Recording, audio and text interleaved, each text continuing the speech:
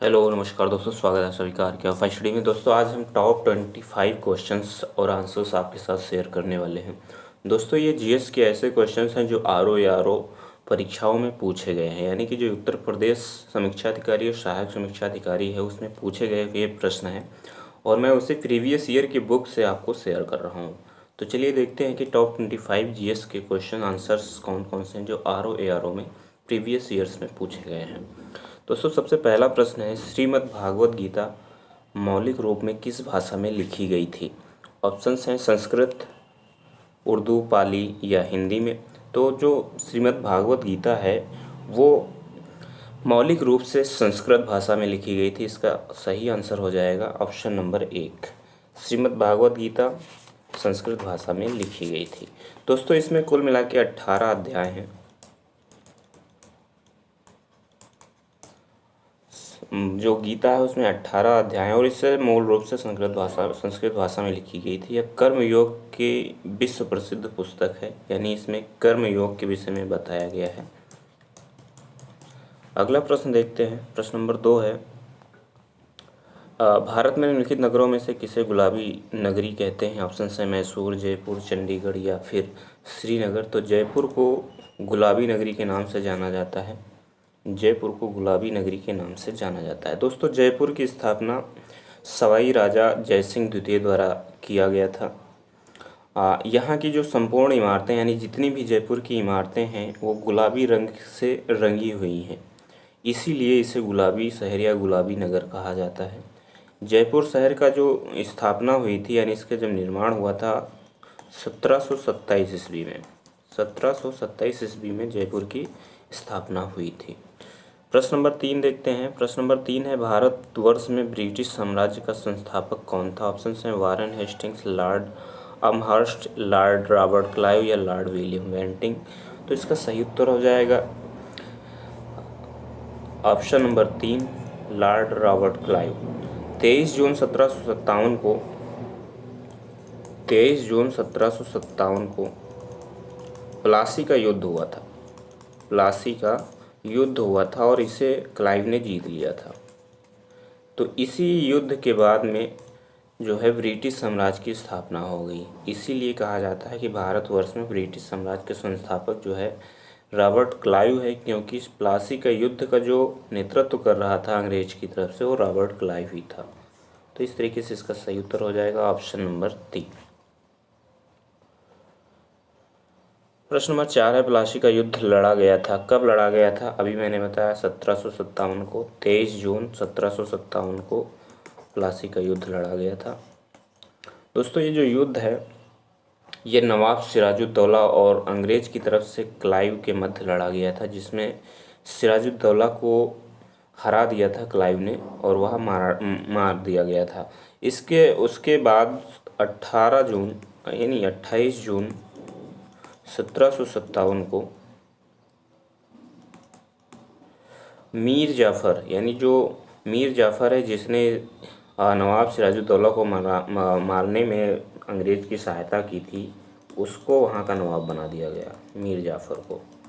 तो इस तरीके से प्लासी का युद्ध लड़ा गया था 1757 में सिराजुद्दौला, नवाब सिराजुद्दौला और अंग्रेज़ की तरफ से रॉबर्ट क्लाइव के मध्य में, जिसमें क्लाइव जीता था और सिराजुद्दौला हार गए थे। 28 जून को मीर जाफ़र को सिराजुद्दौला के स्थान पर नवाब बना दिया गया था। प्रश्न नंबर 5 है, ब्रह्म समाज की स्थापना किसने की थी? ऑप्शन है राजा राम मोहन राय, जवाहरलाल नेहरू, शंकराचार्य या चंद्रदेव ने। तो ब्रह्म समाज की स्थापना राजा राम मोहन राय द्वारा की गई थी। ऑप्शन नंबर 1 इसका सही हो जाएगा। जो ब्रह्म समाज है ये एकेश्वरवाद यानी कि एक ही ईश्वर को मानता था। यह बंगाल के सुप्रसिद्ध समाज सुधारक राजा राम मोहन राय ने अगस्त 1828 में ब्रह्म समाज की स्थापना की थी। 1828 में ब्रह्म समाज की स्थापना की थी, जिसे देवेंद्र नाथ टैगोर और केशव चंद्र सेन ने आगे बढ़ाया था। यानी कि इनके बाद में देवेंद्र नाथ टैगोर और केशव सेन ने इसे आगे बढ़ाया था। प्रश्न नंबर 6 देखते हैं क्या है। प्रश्न नंबर 6 है, भारत का मार्टिन लूथर किसे कहा जाता है? भारत का मार्टिन लूथर किसे कहा जाता है? ऑप्शन है राजा राम मोहन राय, स्वामी विवेकानंद, स्वामी दयानंद सरस्वती या स्वामी श्रद्धानंद। तो मार्टिन लूथर कहा जाता है दयानंद सरस्वती को। स्वामी दयानंद सरस्वती को भारत का मार्टिन लूथर कहा जाता है।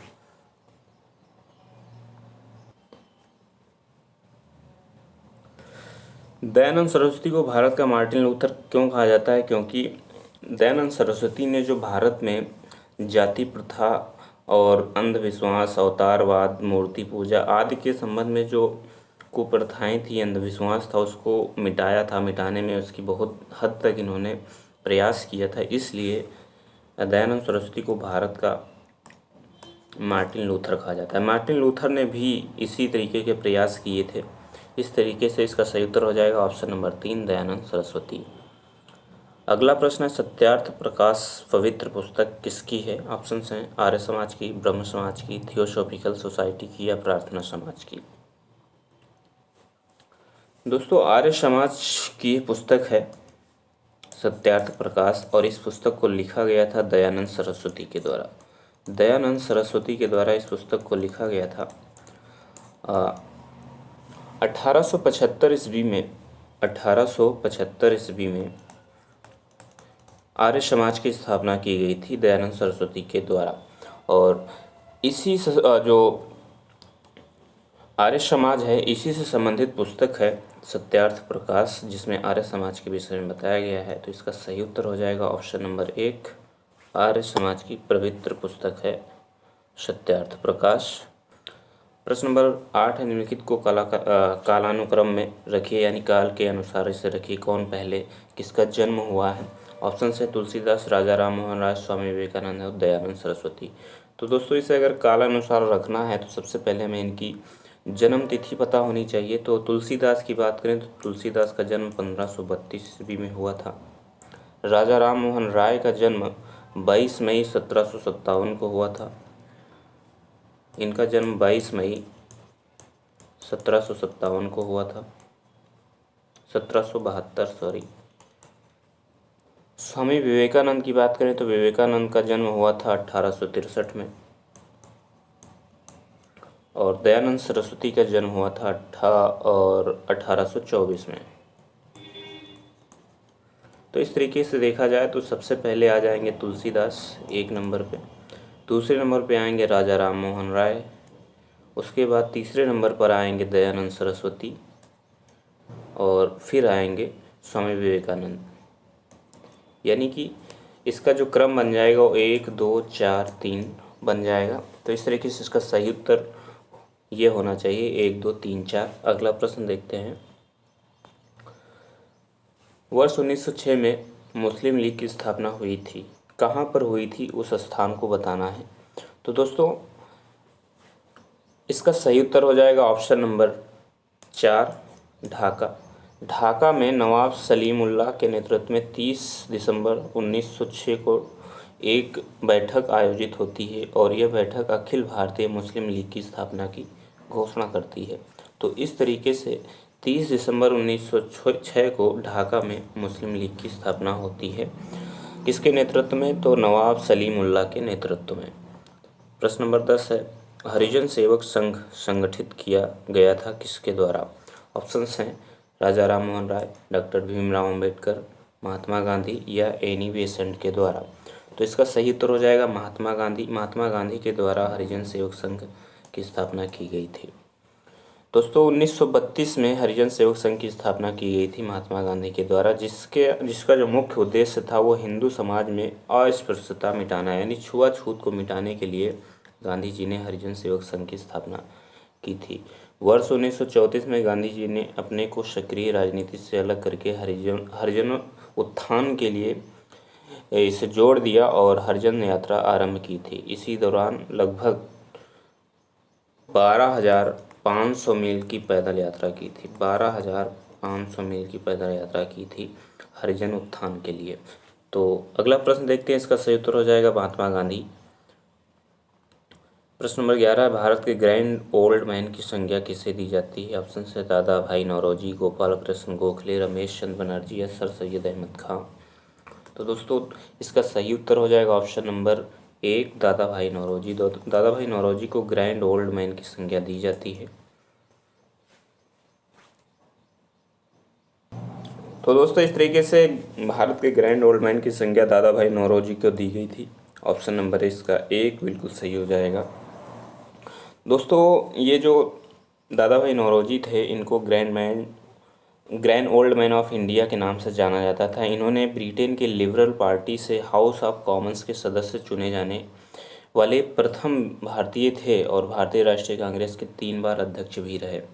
यानी जो लिबरल पार्टी से हाउस ऑफ कॉमन्स के सदस्य चुने गए थे, ये हाउस ऑफ कॉमन के सदस्य चुने जाने वाले पहले भारतीय थे। और जो कांग्रेस अधिवेशन थे, कांग्रेस अधिवेशन की इन्होंने 3 बार अध्यक्षता की थी। तो इसका सही उत्तर हो जाएगा ऑप्शन नंबर एक, दादा भाई नौरोजी को grand old man of India के नाम से जाना जाता है। प्रश्न नंबर 12 देखते हैं, भारत भारती के लेखक कौन है? ऑप्शन हैं रविन्द्रनाथ टैगोर, मुल्क राज आनंद, मैथिली शरण गुप्त या बंकिम चंद्र चटर्जी।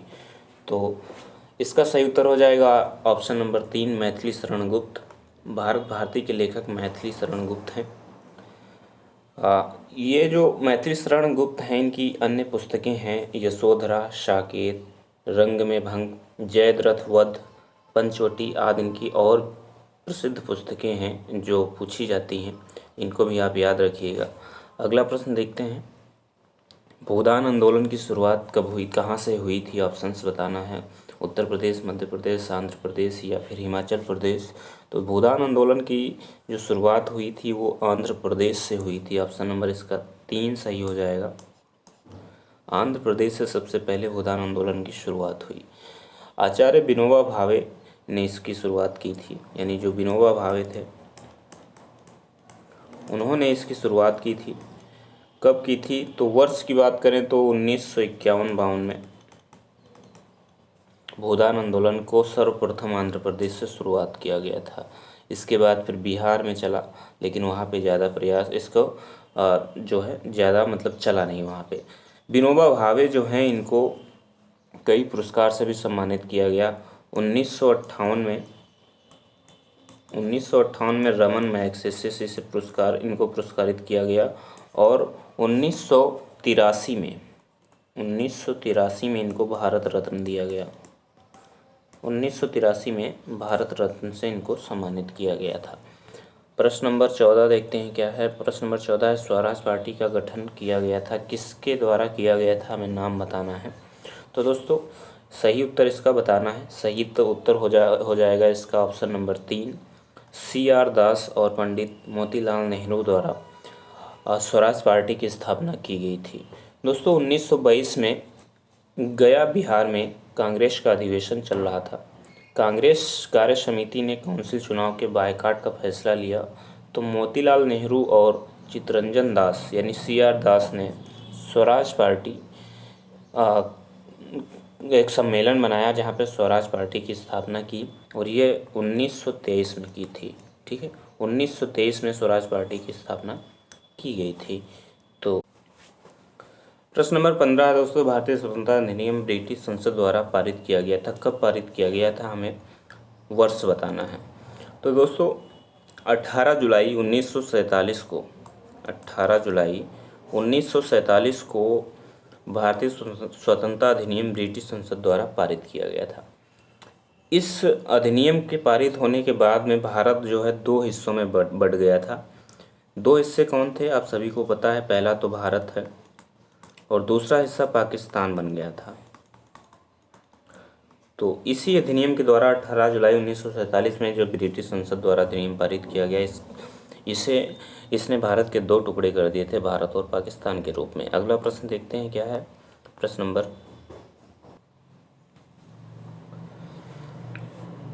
अगला है, निम्नलिखित में से कौन कभी भी भारतीय राष्ट्रीय कांग्रेस का अध्यक्ष नहीं बना? तो दोस्तों बाल गंगाधर तिलक ऐसे कार्यकर्ता थे कांग्रेस के जो कभी भी भारतीय राष्ट्रीय कांग्रेस के अध्यक्ष नहीं बने। तो इसका सही उत्तर हो जाएगा ऑप्शन नंबर 1। एक बार 1918 में इनको कांग्रेस अध्यक्ष बनाने की घोषणा की गई थी, लेकिन वैलेंटाइन सिरोल के मामले में ये अपनी मुकदमे की पैरवी करने के लिए इनको लंदन जाना पड़ा था। तो इस कारण ये इन्होंने राष्ट्रीय कांग्रेस की अध्यक्षता नहीं की थी। इनके स्थान पर मदन मोहन मालवीय ने यहाँ पे अध्यक्षता की थी। तो इस तरीके से इसका सही उत्तर हो जाएगा ऑप्शन नंबर 1, बीजी तिलक यानी कि बाल गंगाधर तिलक भारतीय राष्ट्रीय कांग्रेस के कभी भी अध्यक्ष नहीं रहे। अगला प्रश्न है, हरिजन के प्रारंभकर्ता कौन थे? ऑप्शन बताना है, नाम बताना है। ऑप्शंस हैं तिलक, गोखले, गांधी जी या नौरोजी। तो अभी हमने बताया हरिजन सेवक संघ की स्थापना जो की थी वो गांधी जी ने की थी। तो इस तरीके से इसका सही उत्तर हो जाएगा ऑप्शन नंबर 3, गांधी जी। अगला प्रश्न है, लाल कुर्ती आंदोलन के नेता थे? कौन थे लाल कुर्ती आंदोलन के नेता? ऑप्शन है मौलाना आज़ाद खान, अब्दुल गफ्फार खान, मोहम्मद अली जिन्ना या इकबाल। तो इसका सही उत्तर हो जाएगा ऑप्शन नंबर बी यानी 2, खान अब्दुल गफ्फार खान। दोस्तों खान अब्दुल गफ्फार खान को जो है सीमांत गांधी के नाम से भी जाना जाता था, यानी इनको सीमांत गांधी भी कहा जाता था। इन्होंने एक आंदोलन चलाया था 1929-30 में, जिसे लाल कुर्ती के नाम से जाना जाता है। ये लोग आधी बाह के जो कपड़े पहनते थे उसका जो रंग होता था वो लाल हुआ करता था। और खान अब्दुल गफ्फार खान को एक बार भारत रत्न से भी सम्मानित किया गया है 1987 में। तो इस तरीके से इसका सही उत्तर हो जाएगा ऑप्शन नंबर 2, खान अब्दुल गफ्फार खान। प्रश्न नंबर 18 है, नेहरू रिपोर्ट तैयार की थी? किसने तैयार की थी? ऑप्शंस बताना है, ML नेहरू यानी मोतीलाल नेहरू, J नेहरू यानी जवाहरलाल नेहरू, RK नेहरू या फिर BL नेहरू। तो इसका सही उत्तर हो जाएगा ऑप्शन नंबर 1, मोतीलाल नेहरू यानी ML नेहरू ने नेहरू रिपोर्ट तैयार की थी। बम्बई में हुए दूसरे सर्वदलीय सम्मेलन में पंडित मोतीलाल नेहरू की अध्यक्षता में भारतीय संविधान के मसौदा तैयार किया गया था। इसके लिए एक समिति की स्थापना की गई थी 28 अगस्त 1928 को। 28 अगस्त 1928 को इस समिति ने एक रिपोर्ट जारी की जिसे नेहरू रिपोर्ट के नाम से जाना जाता है। प्रश्न नंबर अगला देखते हैं। प्रश्न नंबर अगला है, भारतीय राष्ट्रीय कांग्रेस का प्रथम मुस्लिम अध्यक्ष कौन था? ऑप्शन है बदरुद्दीन तैयबजी, अब्दुल कलाम आज़ाद, रफ़ी अहमद किदवाई या MA अंसारी। तो इसका सही उत्तर हो जाएगा ऑप्शन नंबर 1, बदरुद्दीन तैयबजी।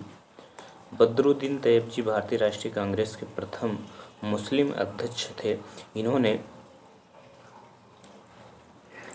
जो ये तैयब जी थे, इन्होंने तीसरे कांग्रेस अधिवेशन यानी 1887 में अध्यक्षता की थी जो मद्रास में हुआ था। 1887 में जो मद्रास का अधिवेशन हुआ था उसकी अध्यक्षता इन्होंने की थी। दोस्तों भारतीय राष्ट्रीय कांग्रेस, इसकी स्थापना 1885 में मुंबई में की गई थी, आप सभी को पता होगा। लेकिन इसके जो प्रथम अध्यक्ष थे वो व्योमचंद्र चटर्जी थे और दूसरे अध्यक्ष दादाभाई नौरोजी थे। जबकि जो तीसरा अधिवेशन हुआ था मद्रास में 1887 में, इसकी अध्यक्षता बदरुद्दीन तैयबजी द्वारा की गई थी। तो इस तरीके से इसका सही उत्तर हो जाएगा ऑप्शन नंबर 1। प्रश्न नंबर 20 है, दिल्ली भारत की राजधानी कब बनी? ऑप्शन है 1910, 1911, 1916 या 1923। तो इसका सही उत्तर हो जाएगा ऑप्शन नंबर 2। ऑप्शन नंबर 2 इसका बिल्कुल सही उत्तर है। 1911 में दिल्ली भारत की राजधानी बनी थी। दोस्तों 1911 में ब्रिटिश सम्राट जॉर्ज पंचम और उनकी जो महारानी थी मैरी भारत आए थे और उसके स्वागत में दिल्ली में एक दरबार का आयोजन किया गया था। दिल्ली दरबार में ही 12 दिसंबर 1911 को सम्राट ने बंगाल विभाजन को रद्द कर दिया, यानी कि यहीं पर 12 दिसंबर 1911 को बंगाल विभाजन को रद्द कर दिया और साथ ही साथ यह भी घोषणा की कि कलकत्ता की जगह पर दिल्ली को भारत की राजधानी बनाया जाता है। यानी पहले कलकत्ता राजधानी थी, इसकी जगह पर दिल्ली को राजधानी बनाया गया। तो इस तरीके से इसका सही उत्तर हो जाएगा ऑप्शन नंबर 2, 1911। अगला प्रश्न है, पंजाब केसरी की उपाधि किसको दी गई थी? पंजाब केसरी की उपाधि किसको दी गई थी? ऑप्शन है भगत सिंह, रणजीत सिंह, लाला लाजपत राय या लाला हरदयाल। तो दोस्तों लाला लाजपत राय को पंजाब केसरी के नाम से भी जाना जाता था। पंजाब केसरी उपनाम से प्रसिद्ध लाला लाजपत राय संयुक्त पंजाब के प्रभावशाली कांग्रेस के नेता थे। यानी पंजाब के ही रहने वाले थे, इसलिए इन्हें पंजाब केसरी के नाम से जाना जाता था। इन्होंने कांग्रेसी नेता, स्वतंत्रता संग्राम सेनानी और समाज सुधारक, साथ ही गर्म दल के नेता के नाम से भी इनको जाना जाता है। वंदे मातरम नामक मासिक पत्रिका के संपादक भी ये रहे हैं। इन्होंने वंदे मातरम पत्रिका भी संपादित की थी और इनको साइमन कमीशन के विरोध में इन्होंने विरोध कर रहे थे, वहीं पर लाठीचार्ज के दौरान इनकी मृत्यु हो गई थी। तो इस तरीके से इसका सही उत्तर हो जाएगा ऑप्शन नंबर 3, लाला लाजपत राय को पंजाब केसरी की उपाधि दी गई थी। प्रश्न नंबर 22 है, डॉक्टर अंबेडकर और गांधी जी के मध्य हुए एक समझौते को किस नाम से जाना जाता है? ऑप्शन है कलकत्ता समझौता, लंदन समझौता, पूना समझौता या पूना पैक्ट या लाहौर समझौता। दोस्तों, इसका जो नाम है डॉक्टर अंबेडकर और गांधी जी के मध्य जो समझौता हुआ था उसे पूना समझौता या पूना पैक्ट के नाम से जाना जाता है। दलितों को पृथक निर्वाचन मंडल की सुविधा दिए जाने के विरोध में गांधी जी ने जेल में ही 20 सितंबर 1932 को आमरण अनशन शुरू कर दिया था। यानी कि अंबेडकर जी का मानना था कि दलितों को एक पृथक निर्वाचक मंडल प्रोवाइड किया जाए, दिया जाए, लेकिन इसके विरोध में गांधी जी ने अनशन कर दिया, आमरण अनशन शुरू कर दिया 20 सितंबर 1932 को। 20 सितंबर 1932 को इन्होंने आमरण अनशन की घोषणा की, जेल में ही, तभी ये जेल में थे। मदन मोहन मालवीय, डॉक्टर राजेंद्र प्रसाद और पुरुषोत्तम दास राजगोपालाचारी आदि के प्रयत्नों से गांधी जी के उपवास के 5 दिन बाद ही 26 दिसंबर 1932 को गांधी जी और अंबेडकर के मध्य पूना समझौता हुआ। यानी कि 26 सितंबर 1932 को पूना पैक्ट हुआ। इसमें दलितों के लिए पृथक निर्वाचन व्यवस्था जो है समाप्त कर दी गई, यानी गांधी जी की बात को मान लिया गया था। तो इस तरीके से इसका सही उत्तर हो जाएगा ऑप्शन नंबर 3, पूना पैक्ट जो है यानी पूना समझौता है वो गांधी जी और अंबेडकर के मध्य में हुआ था। प्रश्न नंबर अगला है, शारदा एक्ट का संबंध किससे है? बाल विवाह निषेध से, अंतर्जातीय विवाह निषेध से, विधवा पुनर्विवाह निषेध से या जनजातीय विवाह निषेध से। तो शारदा एक्ट का संबंध बाल विवाह निषेध से है। ऑप्शन नंबर 1 इसका सही होगा। वर्ष 1930 में एज ऑफ कंसेंट एक्ट को संशोधित करके हरबिलास शारदा के प्रयासों से एक कानून पारित किया जाता है, जिसके अंतर्गत विवाह की आयु 14 वर्ष और 18 वर्ष का निर्धारण किया जाता है। यानी लड़की की जो आयु होगी वो 14 वर्ष होगी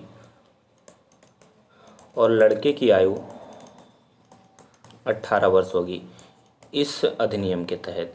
तो इस तरीके से इसका सही उत्तर हो जाएगा ऑप्शन नंबर 1, शारदा एक्ट का संबंध बाल विवाह निषेध से है। अगला प्रश्न है, नीचे स्वाधीनता संग्रामियों और उनके द्वारा प्रारंभ समाचार पत्रों के नाम दिए गए हैं, इनमें से कौन सा जोड़ा गलत है? हमें जो जोड़ा गलत है उसका नाम बताना है। तो दोस्तों, सबसे पहले बात करते हैं मौलाना आज़ाद की। तो मौलाना आज़ाद ने अल हिलाल समाचार पत्र निकाला था, यानी कि ये वाला ऑप्शन जो है बिल्कुल सही है।